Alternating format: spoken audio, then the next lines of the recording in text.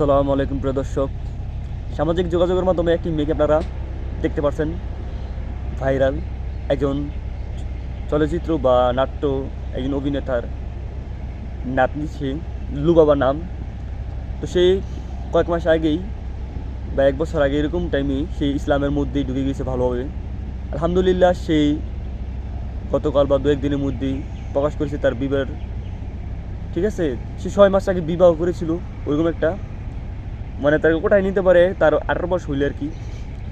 তো তাদের এই জিনিসটা ভাইরাল হয়ে গেছে। এখন শাহবাগীদের পড়তাছে শরীর, আয় হায়, এরকম একজন ভাইরাল মেয়ে 18 বছরের মধ্যে বিয়ে করে ফেলছে, বাল্যবিবাহ হয়ে গেছে ওর, ওটা নিয়ে ওদের মাথা নষ্ট হয়েছে।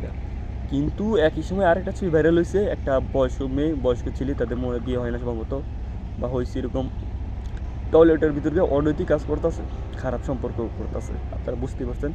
আমি পুরোটা নাই বলি, তো ওইটা নিয়ে শাহবাগের কিছু বলে না। স্বাভাবিক কোনটা বলবো, যেটা খারাপ ওটা নিয়ে তারা খারাপের পক্ষে থাকবো, বালার বিপক্ষে। এই যে লুবাবার বিয়ে হয়েছে, উমরা করতে চলে গেছে জামাই বউ, পাশে দেখতে পাচ্ছেন জামাইকে, খুব সুন্দর একটা সিদ্ধান্ত নিয়েছিল।